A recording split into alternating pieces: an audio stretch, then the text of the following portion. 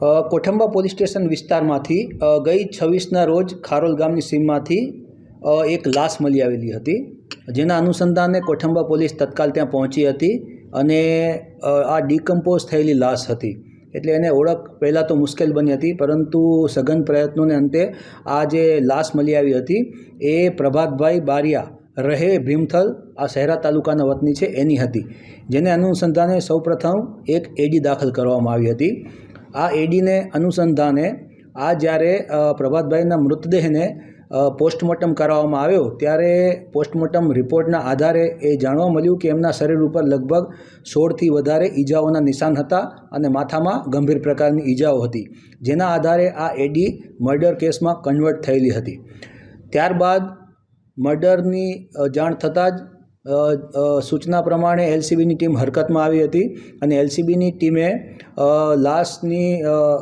ખૂબ જ તપાસ કરતાં પ્રભાતભાઈ અને એમના પરિવારજનોની તપાસ કરતાં જે માહિતી મળી આવી એ ખૂબ ચોંકાવનારી હતી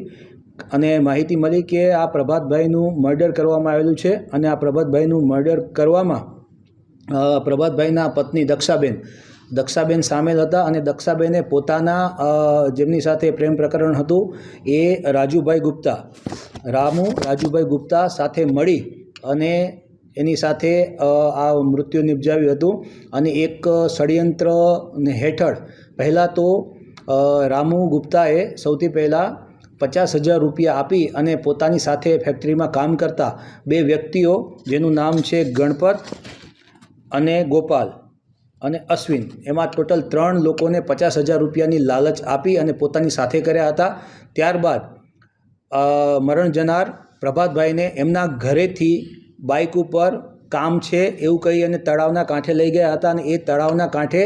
આ ચારે જણાએ સાથે મળી અને પૂર્વ આયોજિત કાવતરા પ્રમાણે તેમને માથામાં પાવડાના ફટકા મારી અને